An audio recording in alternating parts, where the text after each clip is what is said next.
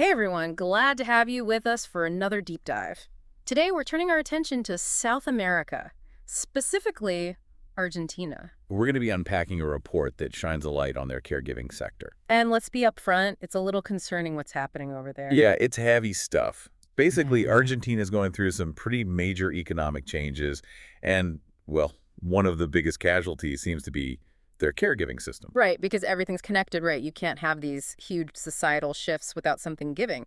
So let's talk about this report. I know we've got a lot to unpack. First things first, what's it called?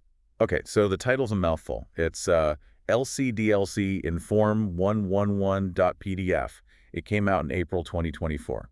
Straight to the point. I like it. But who put this report together? I mean, it's got to be more than just numbers on a page, right? Oh, absolutely. It's from a group called La Cocina de los Cuidados. That's the care kitchen in English. In the care kitchen. Okay, I like it.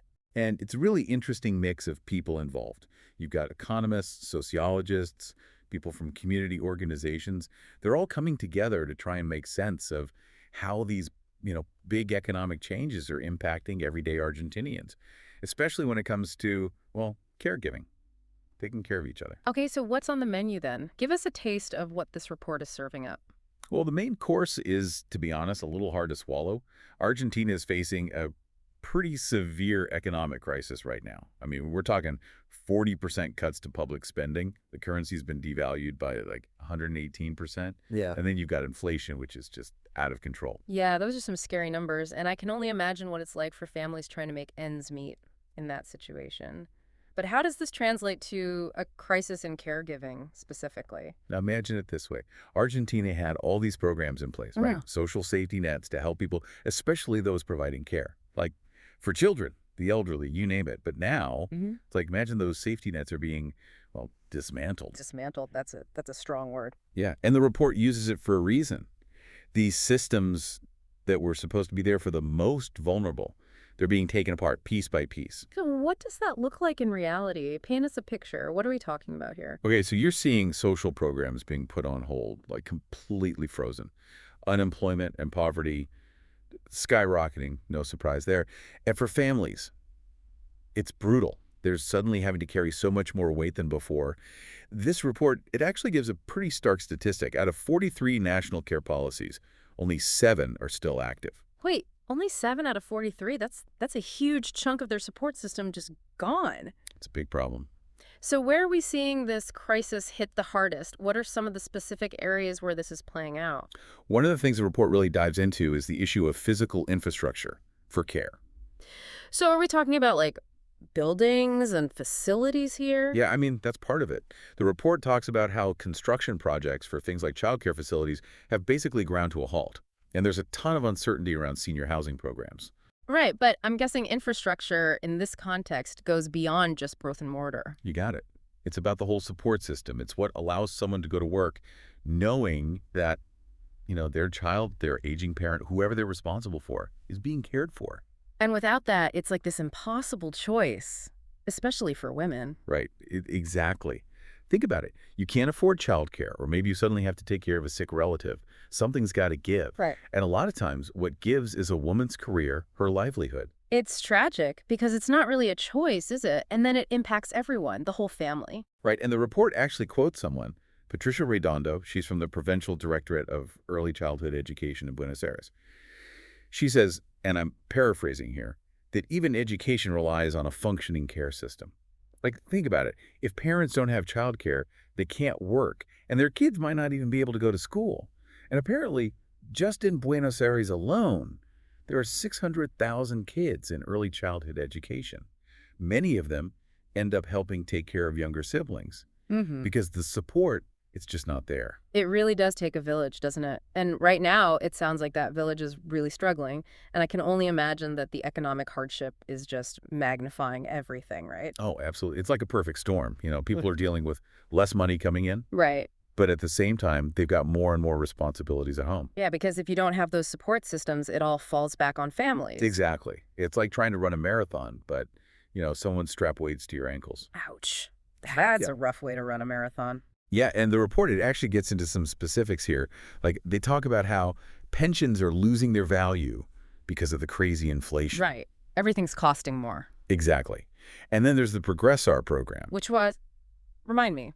That was a program to help students financially with, tuition and stuff. Okay, right. That's been put on hold. So it's like, not only are there fewer resources for caregiving in general, but the resources people were already relying on. Those are disappearing too. Gone.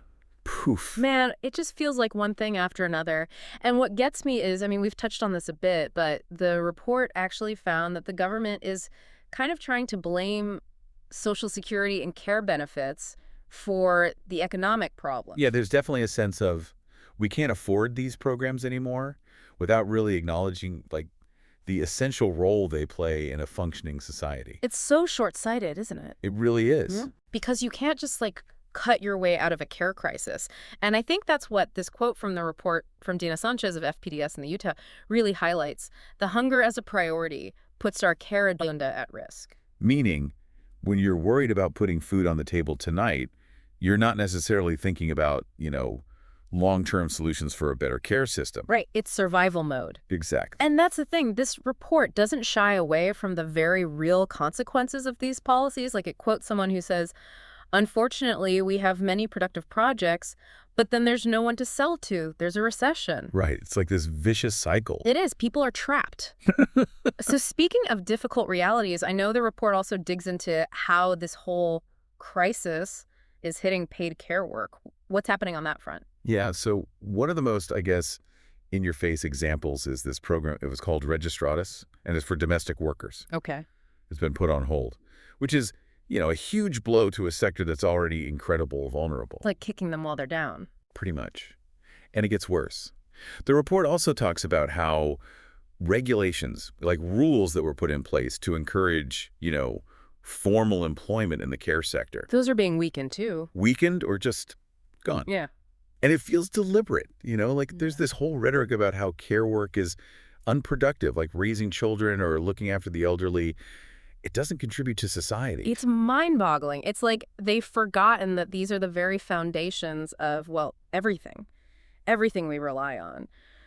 Okay, so it's clear that this devaluation of care work is a major problem. Does the report offer any solutions? How do you even begin to address something so deeply ingrained? Well, that's where it gets really interesting, because the report kind of boils it down to this. One of the biggest problems with care work is it's invisible. Invisible? What do you mean? It means, it's not counted in the economy and government statistics. So because it's often unpaid, it's like it doesn't even exist. Exactly.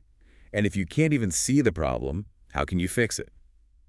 So the report really stresses the importance of data, of making the invisible visible. Okay, so how do you do that? What kind of data are we talking about? Well, for example, in Argentina, they've been working on this thing called the cost of raising a child index. Okay, so trying to put an actual price tag on all the work that goes into, raising a kid. Exactly. And they're also creating something called a federal care map, which is basically like a map of all the care services and providers across the whole country. So you can actually see where the gaps are. Exactly. It makes sense. You can't fix what you don't acknowledge, right? Right. You need that baseline. It's like you can't manage what you don't measure, right? And in this case, we're talking about something as fundamental as caring for each other. And you know what? This actually reminds me, the report highlights this whole legal framework in Argentina, something about Article 10, Law 27.532. Yeah, that's a big one. Okay, so what's the deal with that? So basically that article, it calls for incorporating the value of unpaid care work into Argentina's GDP. Wait, hold on. Actually putting a dollar amount on all the work that caregivers do, the cooking, the cleaning, the emotional support, all of it. All of it. Recognizing it, right. Yeah. In the grand scheme of the nation's economic well-being. Can you imagine? It would be huge. Huge! But let's be real. Argentina's facing some serious challenges right now. So did the report say, how likely is this to actually happen? Well, that's the thing. It seems like, and this is according to the report, these data collection efforts, they've kind of stalled under the current administration. So it's like they're afraid of what the data will show? Maybe. Because if you actually measure the impact of these cuts on caregivers, on families, it becomes a lot harder to ignore, right? Exactly. But here's the thing, and this is important. The report makes it clear that la COCINA de los cuidados, they're not giving up. They're still out there, gathering data, advocating for change. So there's still hope. Oh, absolutely. There are a lot of people, a lot of organizations in Argentina fighting for this, fighting to protect caregivers, to make sure that the people who rely on care, they're not forgotten. That's good to hear. It's easy to get bogged down in all the doom and gloom, but it's important to remember that there are people out there fighting the good fight. It's like we keep talking about how crucial it is to make care work visible, to give it the recognition and support it deserves. And it feels like now more than ever, that message needs to be heard. Couldn't agree more. Because if we can't even agree that caring for each other is valuable, then well, what are we doing? Exactly. If we don't value care, how can we build a society that works for anyone? The big questions, right? They are the big questions. And, this deep dive, it's been a journey, eye-opening for sure. But learning about the Care Kitchen, their dedication, it gives me hope. It really does. Me too. It's a good reminder that even small groups of people, if they're passionate, if they're dedicated, they can make a difference. And that data, understanding these issues, it's powerful. Absolutely. Knowledge is power, Oh, yeah. right? And that's where we come in, all of us. The more we understand these issues, the better equipped we are to demand better. For ourselves, for our families, for everyone. Couldn't have said it better myself. Well, on that note, I think it's time to wrap up this deep dive.